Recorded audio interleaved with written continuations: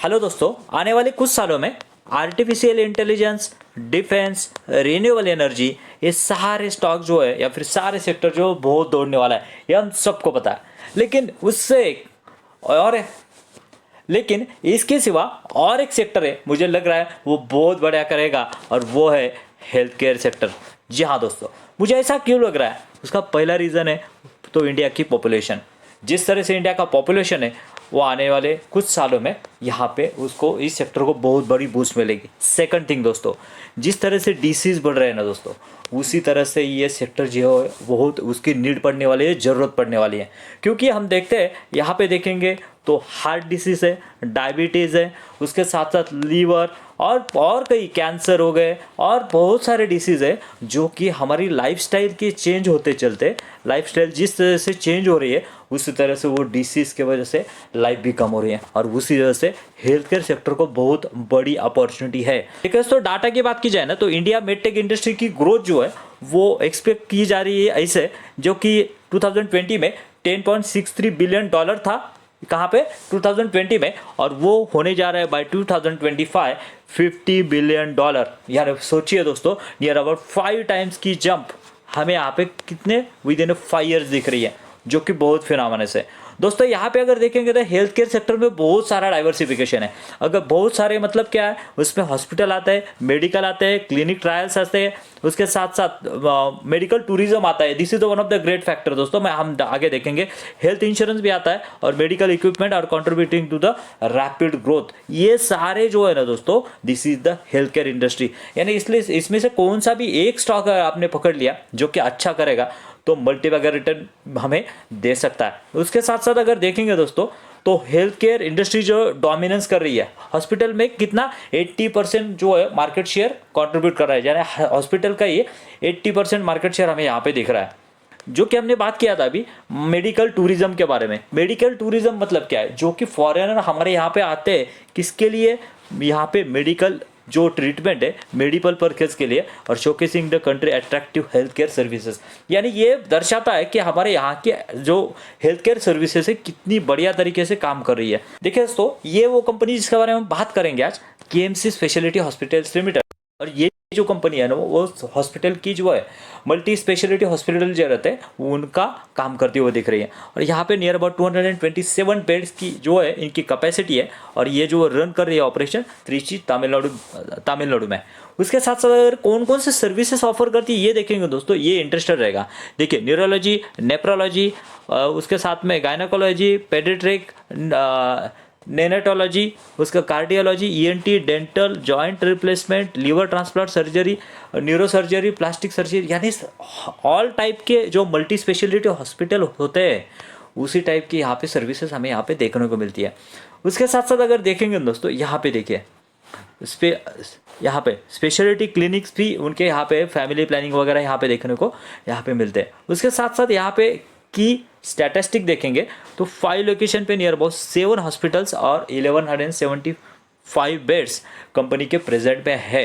अगर इसके रेवेन्यू की बात की जाए तो हॉस्पिटल सर्विस से 93% के रेवेन्यू, और फार्मेसी उनके साथ साथ जो फार्मेसी रहती है उससे 6% का रेवेन्यू आता है। यानी अगर आप दोस्तों इनिशियल स्टेज में अगर ऐसी स्मॉल कैप कंपनी ढूंढते हैं जिसमें ये बहुत सारी चीज़ें जो है और एक्सपेंशन का भी स्कोप है, तो ये कंपनी एक बड़ी अपॉर्चुनिटी हमारे लिए हो सकती है। कैपेक्स की बात कीजिए, कैपेक्स से देखते हैं, building a new material maternal child care hospital, ये कंपनी जो है वो इनकॉर्पोरेट करने जा रही है।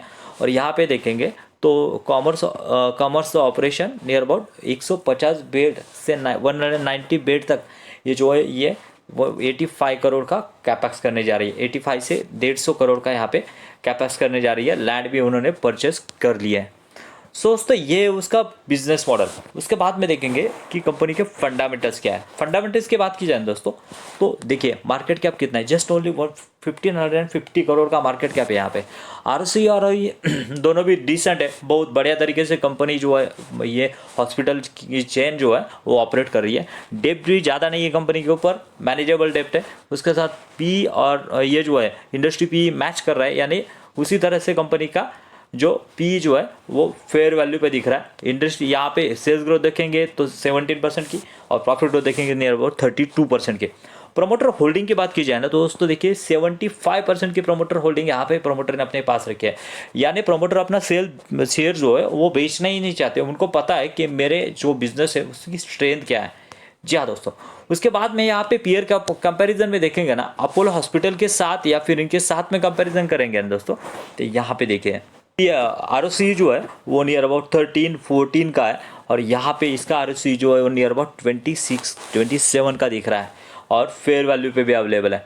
उसके साथ तो प्रॉफिट की बात की जाए दोस्तों तो रेवेन्यू देखिए कंपनी का कैसा बढ़ा है। इनिशियली जो वो धीरे धीरे रेवेन्यू बढ़ा था, लेकिन यहाँ से 29 से डायरेक्ट 173 तक कंपनी का रेवेन्यू जो है बढ़ा है और हर साल कंपनी का रेवेन्यू जो है वो बढ़ता ही जा रहा है last near about 2013 to last 10 years से।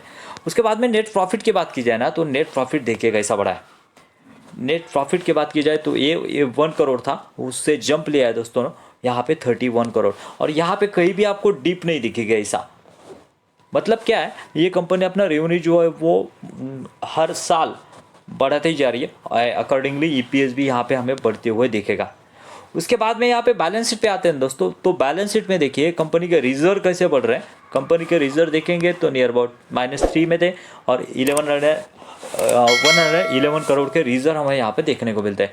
बोरेंस की बात की जाए ना तो यहाँ पे देखिए, यहाँ पे कंपनी ने जो बोरिंग्स है 62 करोड़ की, जैसे कि मैंने बताया लॉन्ग टर्म बोरिंग है। उसका रीज़न क्या है, जो कि कंपनी जो एक्सपेंशन करने जा रही है, मैंने बताया कि 82 टू नियर अबाउट 150 करोड़ का एक्सपेंशन करने जा रही है, उसके वजह से कंपनी ने यहाँ पे बोरिंग्स लिए हुए हैं। शॉर्ट टर्म बोरिंग से 8 करोड़ वो मैनेजेबल है, डजेंट मैटर। कैश फ्लो की बात की जाए दोस्तों, कंपनी की कैश रिच कंपनी है। देखिए यहाँ पे ऑपरेशन से कैश जो है कंपनी को कंटिन्यूसली आ रहा है। और सेकंड थिंग अगर हम देखेंगे तो इन्वेस्टिंग एक्टिविटी, यहाँ पे इन्वेस्टिंग एक्टिविटी है ना, यहाँ पे क्या है फिक्स एसेट परचेज। जैसे कि उन्होंने लैंड लिया था, उन्होंने बताया ये यहाँ पे उनके यहाँ पे कैश फ्लो में यहाँ पे रिफ्लेक्ट हो रहा है 44 करोड़ का यहाँ पे क्या है माइनस में, वो किसके वजह से, इन्वेस्टिंग एक्टिविटी की वजह से। उसके साथ साथ अगर यहाँ पे प्रॉफिट की बात की जाए तो देखिए कैसे जहाँ पे सेल्स ग्रोथ हुई है कंपनी की पिछले 5 साल की बात की जाए, पिछले 5 साल की बात की जाए तो नियर अबाउट 17% की सेल्स ग्रोथ है। प्रॉफिट ग्रोथ जो है 32% की है और यहाँ पे CAGR प्राइस जो है नियर अबाउट 50% से बढ़ा है। हर साल कंपनी जो है 50% ग्रो हो रही है और ROE भी है वो भी 27 है, वो भी डिसेंट देखने को मिलता है। इन्वेस्टर पैटर्न की बात की जाए दोस्तों तो यहाँ पे देखिए, यहाँ पे प्रोमोटर ने होल्डिंग कहीं पे भी बेची नहीं है अपनी, यहाँ पे प्रोमोटर ने होल्डिंग कहीं पे भी बेची नहीं है। एज वेल एज बीच में FIS की एंट्री शायद हुई थी लेकिन अभी नहीं है और पब्लिक जो है वो नियर अबाउट 25% पे यहाँ पे बनी हुई है। सोच तो मुझे लग रहा है कि आने वाले कुछ सालों में जिस तरह से कंपनी इंडिया जो है वो ग्रो होगा, ये जो है वो प्रॉब्लम्स या फिर डिसीज भी बढ़ने वाला है और बढ़ने के साथ साथ ये ऐसी कंपनियां, अगर छोटी कंपनियां हैं, उनको अपॉर्चुनिटी जनरेट होने वाली है। सो ज़रूर स्टडी कीजिए। ऑब्वियसली मेरा कोई भी रिकमेंडेशन नहीं है, आपने स्टडी खुद कीजिए और अगर वीडियो अच्छा लगेगा तो वीडियो को लाइक और चैनल को सब्सक्राइब करना मत भूलिए। फिर मिलेंगे नए वीडियो में। Thank you very much. जय हिंद।